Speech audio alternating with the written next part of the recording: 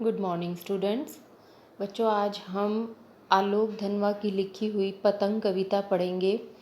जैसा कि इसके शीर्षक से ही हमें पता चल रहा है कि ये जो कविता है ये बाल सुलभ इच्छाओं और उमंगों पर आधारित कविता है। यानी बच्चे शरद ऋतु के आगमन पर पतंग उड़ाते हैं और किस तरह वो उल्लास और हर्ष से भर जाते हैं जब वो पतंगे उड़ाते हैं। इसका बहुत ही सुंदर चित्रण इस कविता में किया गया है। पहले हम कवि परिचय पढ़ लेते हैं। आलोक धनवा जन्म सन 1948 ईस्वी, मुंगेर बिहार में। प्रमुख रचनाएं: पहली कविता जनता का आदमी 1972 में प्रकाशित हुई। उसके बाद भागी हुई लड़कियां, ब्रूनो की बेटियां, इनसे इन्हें प्रसिद्धि मिली। दुनिया रोज़ बनती है, ये इनका एकमात्र प्रसिद्ध काव्य संग्रह है। यही वो काव्य संग्रह है जिसने आलोक धनवा को इतनी प्रसिद्धि दिलवाई। प्रमुख सम्मान: राहुल सम्मान, बिहार राष्ट्र भाषा परिषद का साहित्य सम्मान, बनारसी प्रसाद भोजपुरी सम्मान और पहल सम्मान। जहाँ नदियाँ समुद्र से मिलती है वहाँ मेरा क्या है, मैं नहीं जानता लेकिन एक दिन जाना है उधर। कविता का परिचय: इस पाठ्यपुस्तक में ली गई कविता पतंग आलोक धनवा के एकमात्र संग्रह का हिस्सा है। अभी हम जिसकी बात कर रहे थे, दुनिया रोज़ बनती है, उनका एकमात्र काव्य संग्रह है। उसका तीसरा अध्याय इस कविता के अंतर्गत हमारे पाठ्यपुस्तक में दिया गया है। यह एक लंबी कविता है जिसके तीसरे भाग को पाठ्यपुस्तक में शामिल किया गया है। पतंग के बहाने इस कविता में बाल सुलभ इच्छाओं और उमंगों का सुंदर चित्रण किया गया है। बाल क्रियाकलापों एवं प्रकृति में आए परिवर्तन को अभिव्यक्त करने के लिए सुंदर बिंबों का उपयोग किया गया है। पतंग बच्चों की उमंगों का रंग बिरंगा सपना है। आसमान में उड़ती हुई पतंग ऊंचाइयों की वे हदें हैं, बाल मन जिन्हें छूना चाहता है और उसके पार जाना चाहता है।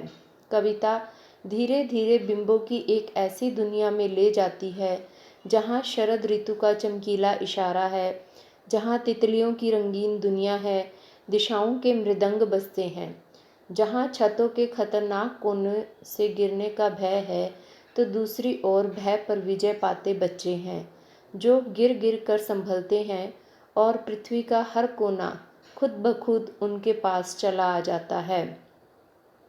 वे हर बार नई नई पतंगों को सबसे ऊंचा उड़ाने का हौसला लिए फिर भादो यानी अंधेरे के बाद के शरद यानी उजाले की प्रतीक्षा कर रहे हैं।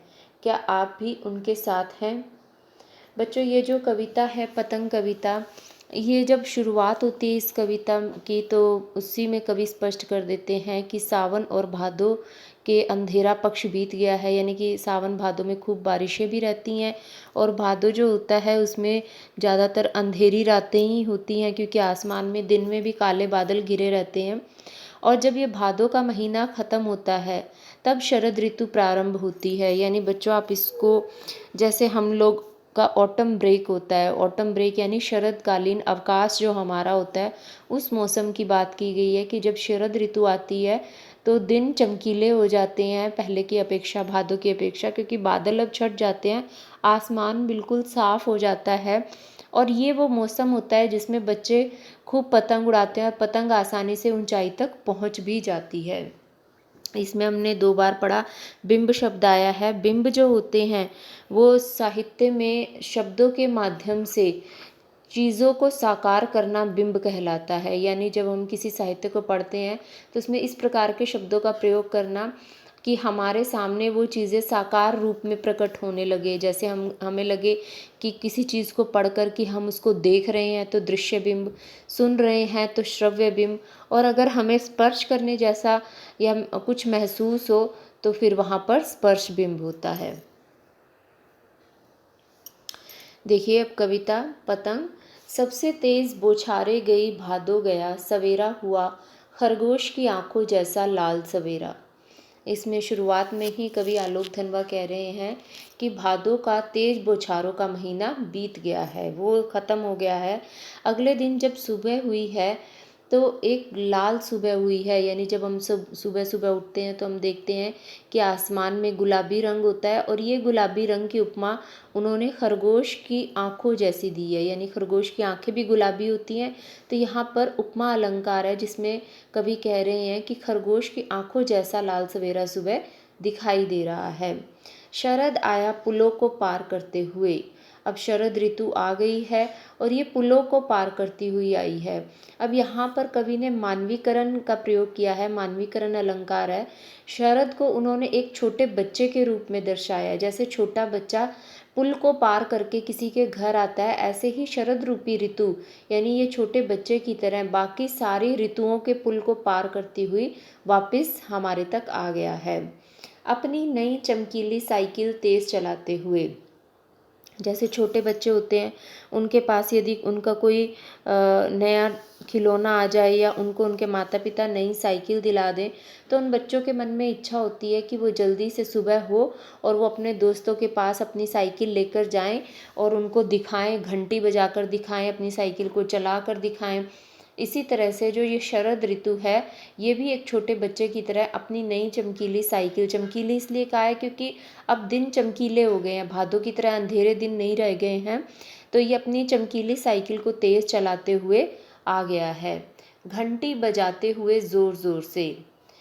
अब वो जो अपनी साइकिल की घंटी बजा रहा है ज़ोर ज़ोर से, यानी यहाँ पर पुनरुक्ति प्रकाश अलंकार है।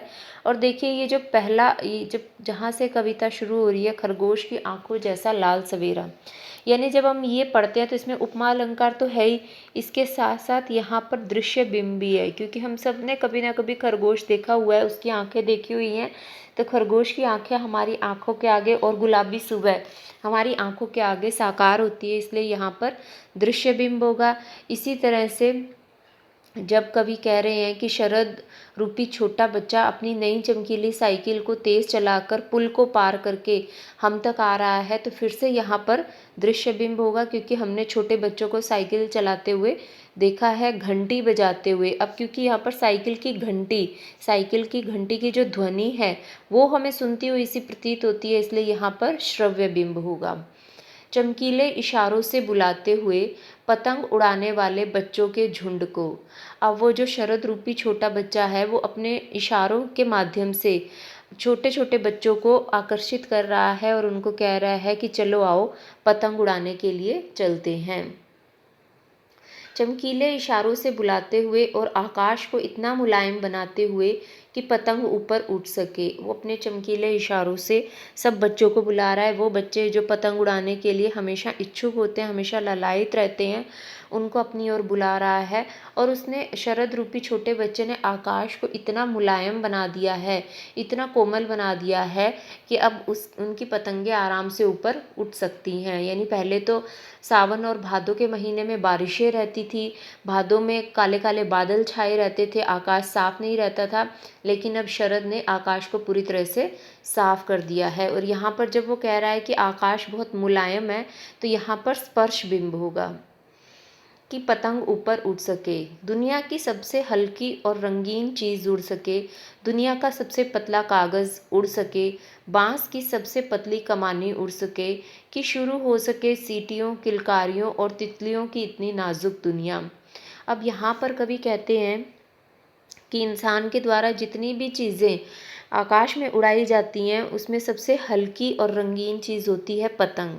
तो पतंग क्योंकि वो हल्की और रंगीन इसलिए भी है क्योंकि बच्चे भी हल्के फुल्के ही होते हैं, कोमल होते हैं, तो वो ज़्यादा भारी चीज़ें नहीं सहज भाव से उड़ा पाते। और रंग बिरंगे इसलिए क्योंकि बच्चों की जो दुनिया होती है वो भी रंग बिरंगी दुनिया होती है। बच्चों के जो खिलौने होते हैं वो भी रंग बिरंगे ही बनाए जाते हैं, क्योंकि वो बच्चों को ऐसे रंग अपनी ओर आकर्षित करते हैं, बच्चे उन चीज़ों को देखकर खुश होते हैं।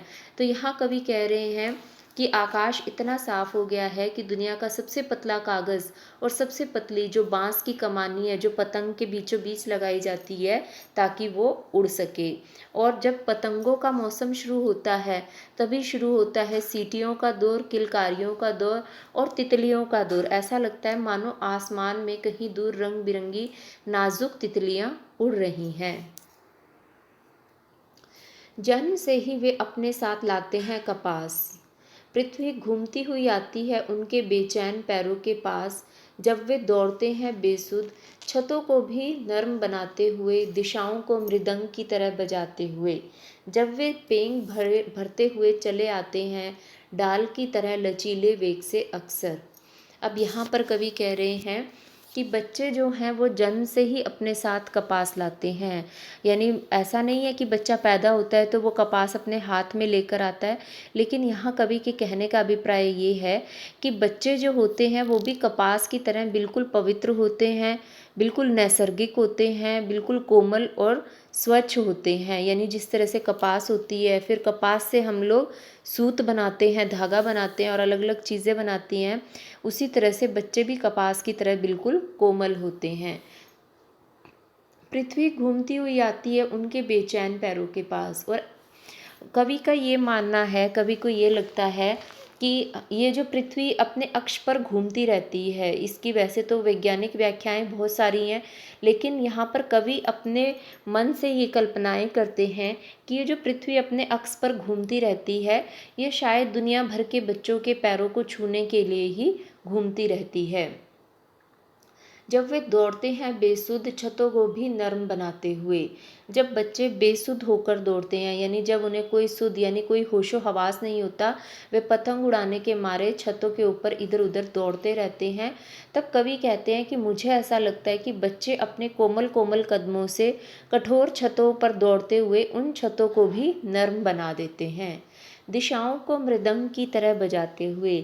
यानी जब वो बच्चे छतों पर दौड़ते हैं तो उन बच्चों के दौड़ने से जो छतों पर थप थप की आवाज़ आती है, कवि को वो ऐसी प्रतीत होती है मानो चारों दिशाओं में मृदंग बज रहे हों। मृदंग एक तरह का वाद्य यंत्र होता है जिसकी आवाज़ बहुत ही मधुर होती है, तो वो ऐसे लगता है उनको जैसे छतों पर कोई मृदंग बज रहा हो और उसी की थप थप की ध्वनि आ रही हो।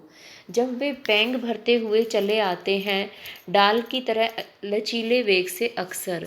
और कवि कहते हैं कि जिस तरह से जब तेज़ हवाएं चलती हैं तो डालियाँ हवा के साथ एक जगह से दूसरी जगह तक झूलती हुई नज़र आती हैं, वैसे ही ये बच्चे भी पेंग भरते हुए ऐसा लगता है मानो ये बच्चे भी उसी तरह से हवा में एक जगह से दूसरी जगह झूल रहे हैं, डोल रहे हैं, इधर उधर दौड़ रहे हैं।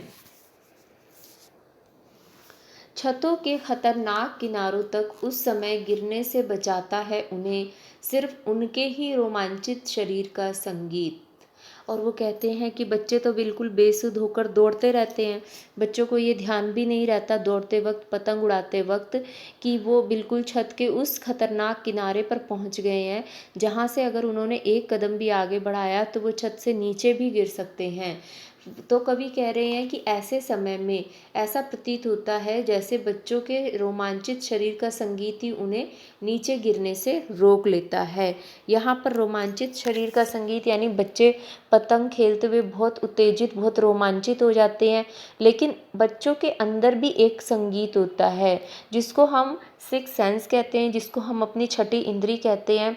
जब भी हम किसी खतरा वाली जगह पर जाते हैं या हमारे आसपास कुछ ऐसे लोग, कुछ ऐसी चीज़ें होती हैं जो हमारे लिए ठीक नहीं होती, तो हम सब की वो सिक्स सेंस काम करती है, हम सब की छठी इंद्री काम करती है और हमारे अंदर की एक आवाज़ हमें ये बताना शुरू कर देती है कि यहाँ पर कुछ ठीक नहीं है, हमें इस स्थिति से बाहर निकल जाना चाहिए। तो इसी तरह से बच्चे जब पतंग उड़ाते रहते हैं और उनका ध्यान भी नहीं होता कि हम उस किनारे तक पहुँच गए हैं जहाँ से यदि एक कदम भी आगे बढ़ाया तो हम छत से नीचे गिर सकते हैं, तो कवि कहते हैं वहाँ पर उनके अपने शरीर का संगीत ही उनको नीचे गिरने से बचाता है। पतंगों की धड़कती ऊंचाइयां उन्हें थाम लेती हैं महज एक धागे के सहारे। पतंगों के साथ साथ वे भी उड़ रहे हैं अपने रंध्रों के सहारे। आगे कवि कहते हैं कि पतंगों की धड़कती हुई ऊंचाइयां उन्हें थाम लेती हैं। यानी जो पतंग बच्चे उड़ा रहे हैं वो पतंग आकाश में बहुत ऊंचा है और कवि कल्पना करते हैं कि वो इतनी ऊंचाई से भी पतंग अपनी डोर के सहारे बच्चे को नीचे गिरने से रोक लेती है। यानी पतंग को दिखाई दे रहा है कि यदि बच्चे ने एक कदम आगे बढ़ाया तो इसको चोट लग सकती है, इसलिए वो पतंग अपनी धड़कनों के साथ अपने धागे के साथ बच्चों को नीचे गिरने से रोक लेती है।